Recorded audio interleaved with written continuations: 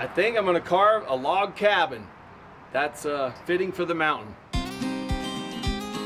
A trip to Pinetop wouldn't be complete without a little local shopping and a show.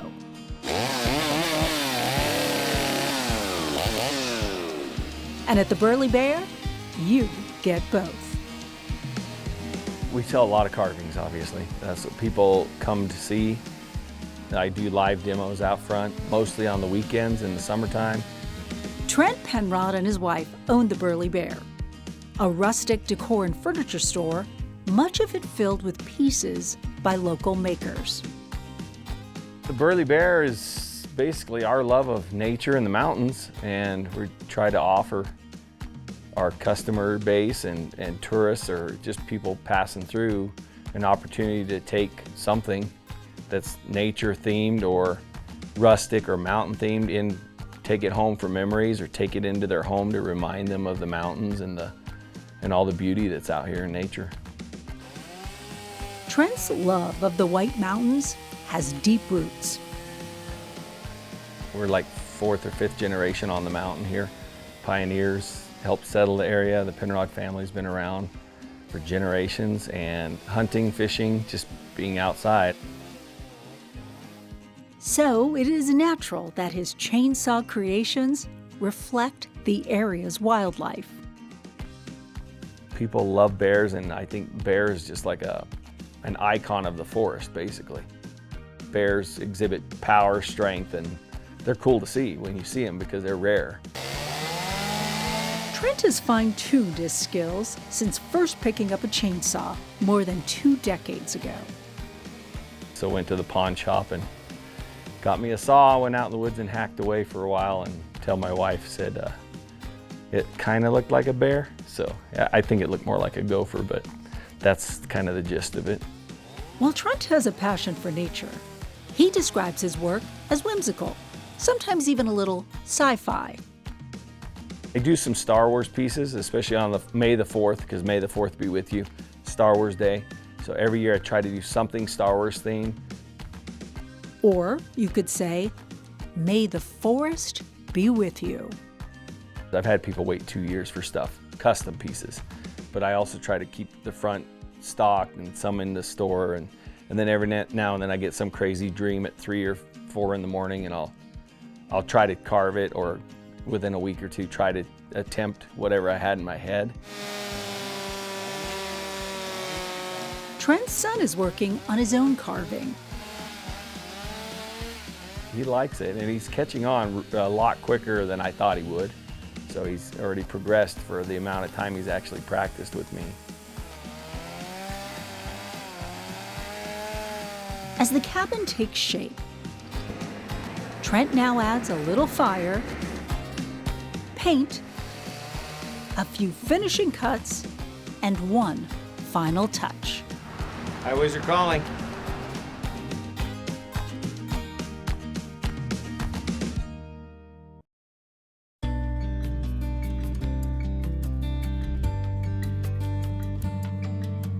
The moment you arrive at this bed and breakfast, tucked into the White Mountains of eastern Arizona, the forest begins to speak to you.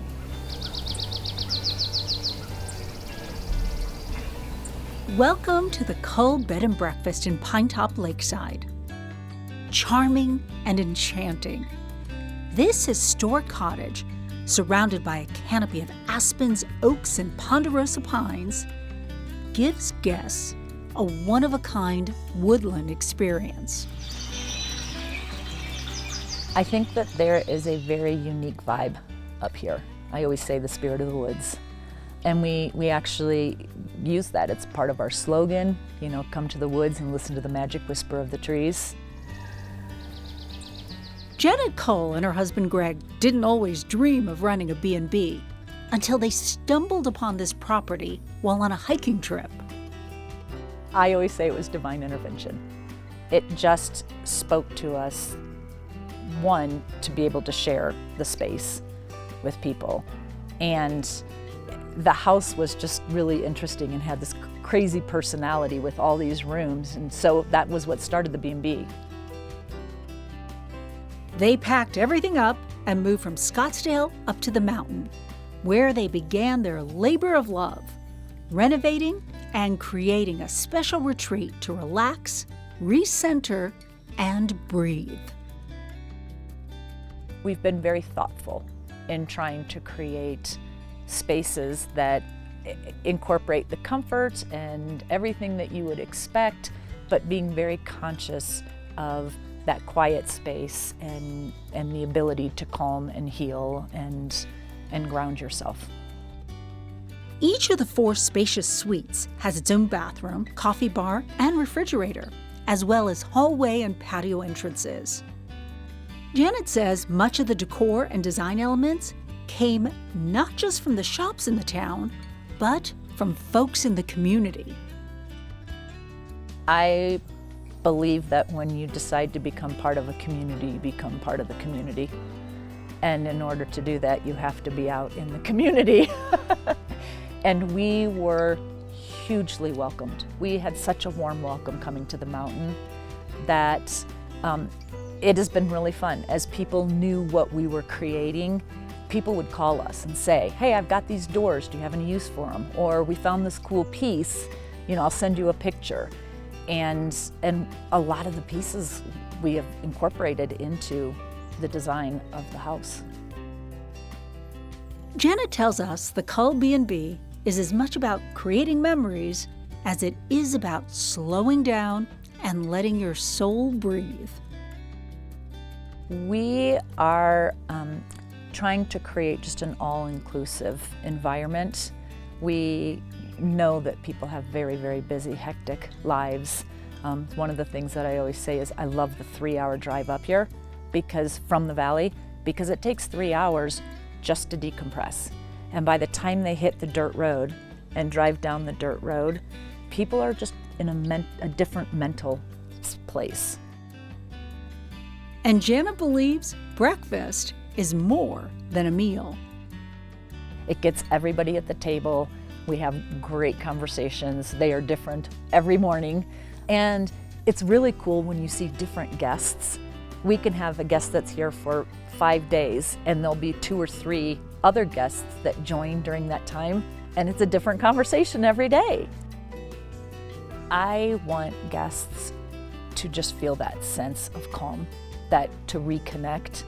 I just think that, these ponderosa pines can grow 300 to 600 years old. They have been here longer than we have been and will be. They are deeply rooted. Our oats are deeply rooted. I want people to stand here and feel that. I want people to feel that calm peace that the White Mountains brings.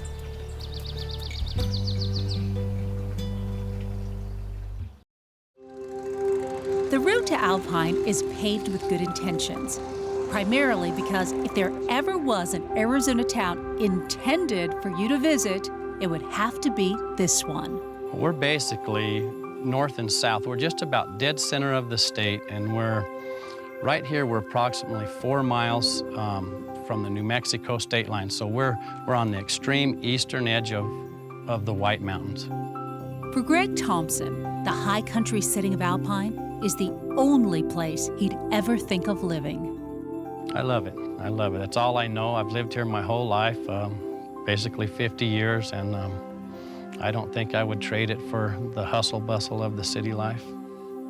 Alpine is fairly laid back. We get very busy in the summer. You kind of make hay while the sun shines up here, because we do have a pretty extended period of winter up here.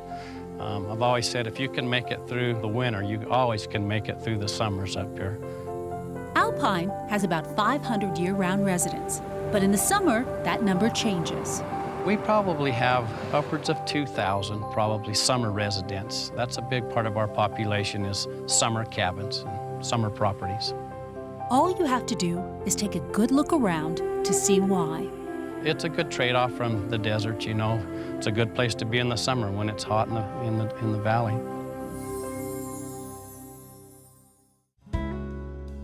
Arizona Highways TV is brought to you by APS, making every day brighter, and the Arizona Office of Tourism. Williams is many things, but Route 66 is definitely what makes it known from the get-go.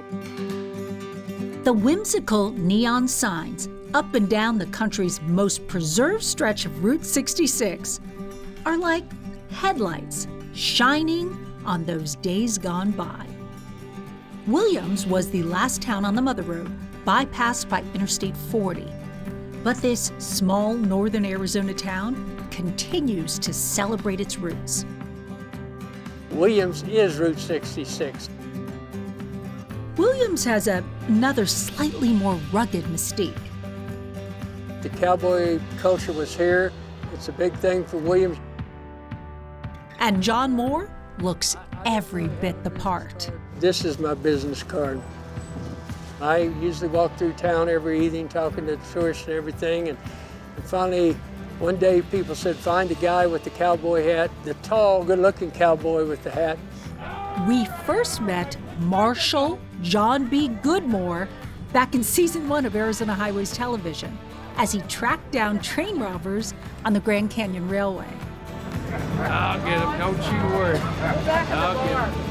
I'm on your trail, darling. Did they bother you, man? It's all now part of a Wild West reenactment show played out on the streets of Williams. Actually, I participate in it once in a while. I have, not as much as I used to, but I've been involved with the Cataract Creek Gang for 20 plus years now. Oh, I love Williams. It's just great. How could you not love it? Williams is one of the most family-friendly towns in all of Arizona. Williams is a small town with a big heart. People are always welcome here. There's always something to do, and Route 66 is a part of that something to do. So, what are we waiting for? Let's hit the road.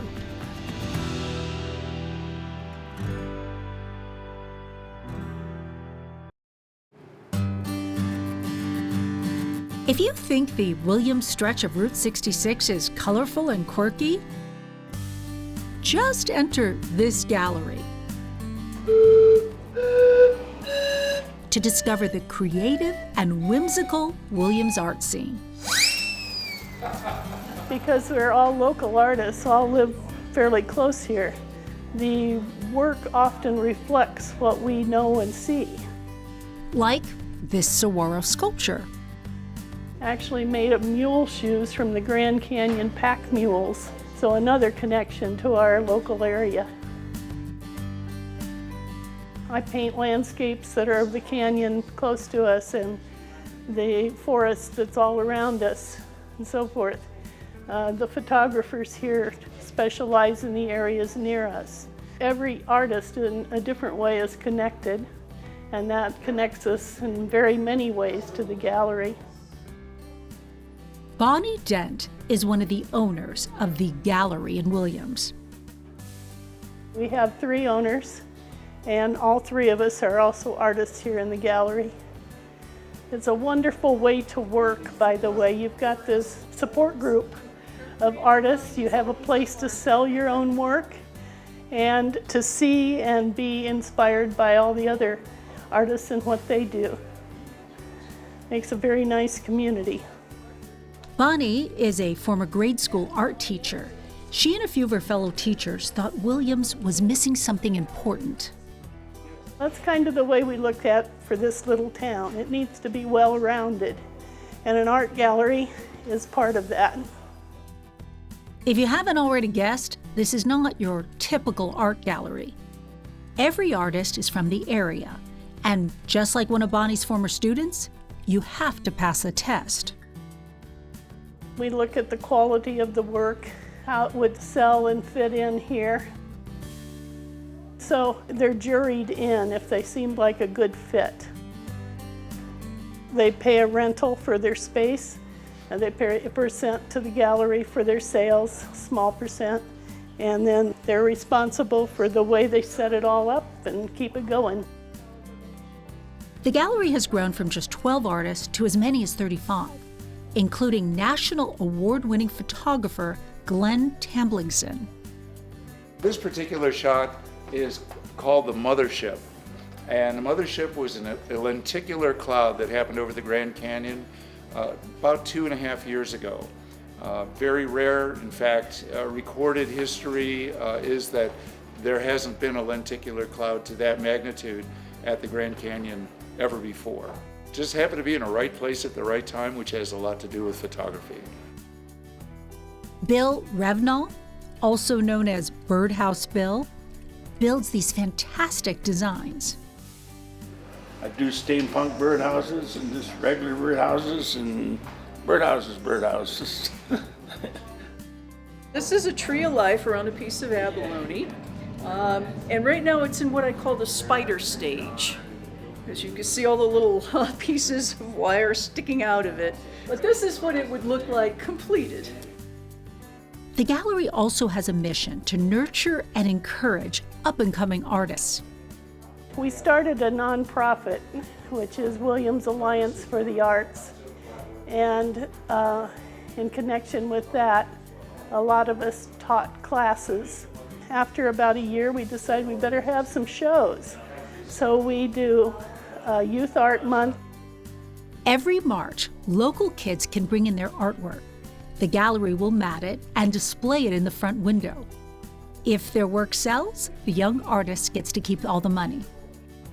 We do the same thing with the senior citizens. And we also have the 8th grade photography month, where their work is on display. Again, they get all the proceeds from sales. Giving all artists the chance to toot their own unique horn at the gallery in Williams. Arizona Highways TV is brought to you by APS, making every day brighter, and the Arizona Office of Tourism.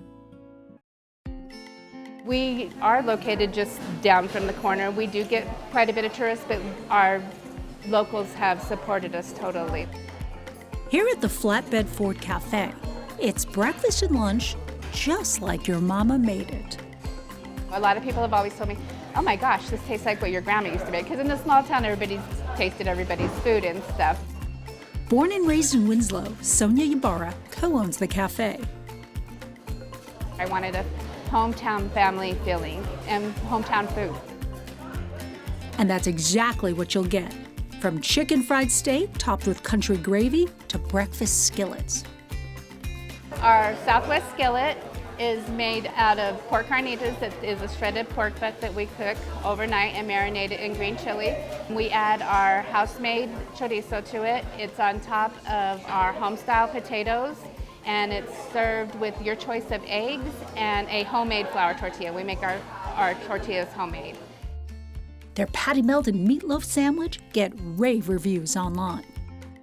Our meatloaf is made fresh daily, and it is 2 slices of meatloaf topped with 3 different cheeses and bacon. It's served on a Texas toast, and it comes with waffle fries.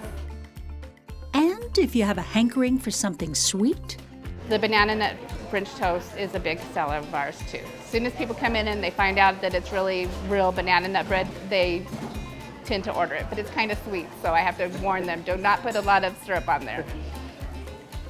This building was built in 1908.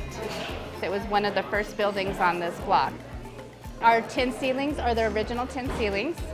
The only thing that's not original are the bathrooms and the kitchen area, and the metal on the walls. The front windows and the tables give a nod to the town's Route 66 heyday. And Sonia wants you to know, here at Flatbed Ford Cafe, you can slow down. I wanted people to be able to feel like they can come in here and eat and visit, and it's not very pressured to hurry up and get out or anything.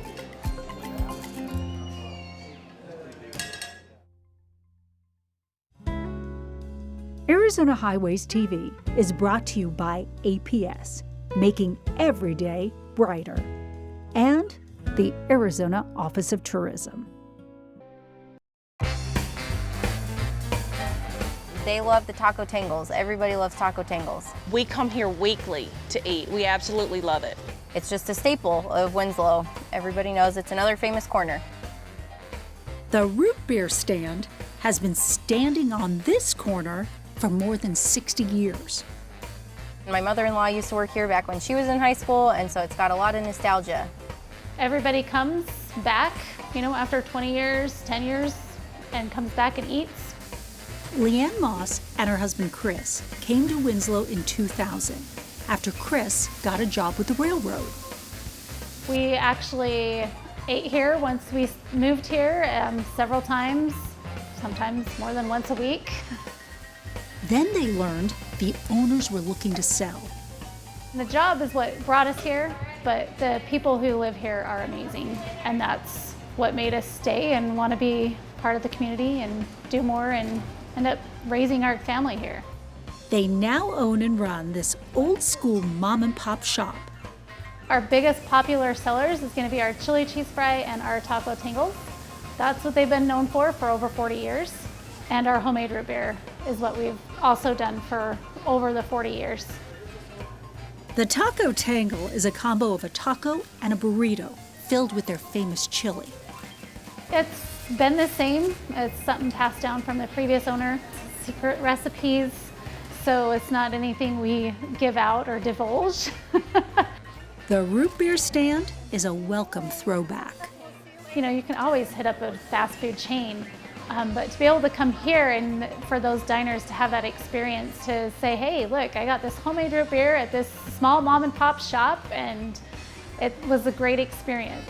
The root beer floats are absolutely amazing, and it's a spot where you can eat outside and there's not much traffic and you can really just enjoy yourself. They have lots of good food and drinks and really, really good root beer floats. The ice cream's the best. We've loved it. It's been fun to be able to own it, and it's kind of a piece of Winslow history.